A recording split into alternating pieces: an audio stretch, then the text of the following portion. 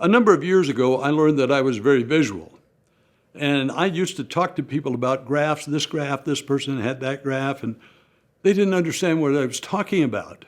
So I designed a wheel where I could actually plot the various people on the wheel and then show the wheel and talk about the uniqueness and the difference of various spokes on the wheel. And it worked. Now we can show people, a group of people or two people or a person at a job using the wheel, and it makes a great visual to really demonstrate exactly what it is we're talking about. On our wheel, we have 60 different locations where you can plot people based on their graph. I've done research on all 60 of those, and there is a little over 1% of our population in each and every one of those 60 plot points. When I designed the wheel, I actually designed two of them, one without graphs and one with graphs. I need to see the graphs when I'm plotting people doing research. But a lot of times I didn't want other people to see the graph, so we just plot them in a point, but not show them the graph. So this is why we have the two different wheels, one with graphs, one without graphs. Also, we have the wheel with descriptors around the wheel in the 8 different points, so that it makes it easier for people to see exactly information about those people that happen to be plotted in that particular section of the wheel. Again, when showing a large group of people, the various people in their team or in the organization, it gives a good feel. And it's great when you have a team that's actually around the wheel as compared to just one part of the wheel. Because it's not good to have a team with everybody exactly alike. You know, I quite often say to people, what do you think would happen to the United States if all Supreme Court justices were high Ds? We'd have landmark decisions every Monday morning. It would not add the stability that we get from our country by having D, I, S, and C people, because the S's and C's do provide a lot of stability, which is good for our society.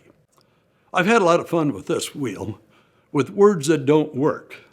I was over in Sweden giving a speech, and when I started off the speech, I asked a question. Has anybody in the audience ever met somebody they didn't like? Let's see your hands. A few hands came up. And then I asked for a volunteer. I'd like a volunteer, and I want you to describe this person you do not get along with using only 3 adjectives. They described it. They used the 3 adjectives. I walked down from the podium, went over by this person, pulled up a chair, sat down by them, and started talking to them about themselves. By understanding words that don't work with people, by understanding adjectives that don't work for people, I'm able to identify where they fit on the wheel. So we have this wheel with the words that don't work. And we have current research using the EEG brain imaging equipment to prove that not only don't these words work, we have new words that we're going to be sharing with you in the future that don't work because we have the research coming from the brain. On this wheel, I plotted both the natural and the adapted style of this person. Wow, what's going on in their life? We're to see this big a change. You see how this visual would point that out to this person, where they're coming from and where they're going to. Now, I have seen a high D who is actually adapting behavior to be a high C.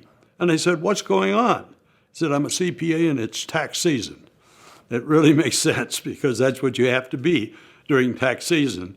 And you ought to see them April 15th. They're so pleased that they can go back and be the real person. Again, the stress that is accounted by adapting behavior that is not natural to you. But this visual really allows the people to see themselves, and they come away saying, I am okay. There's nothing major wrong with you. It's tax season, and I must do this to be successful, and I'm willing to pay the price for success during tax season. Could you imagine trying to explain to a manager the difference between top and bottom performers without the use of the wheel? See, I plot the wheel up there. I don't even have to have names on it. I have to say, here's people that are in your bottom, here's people in your top. They have different styles. They have different behavior.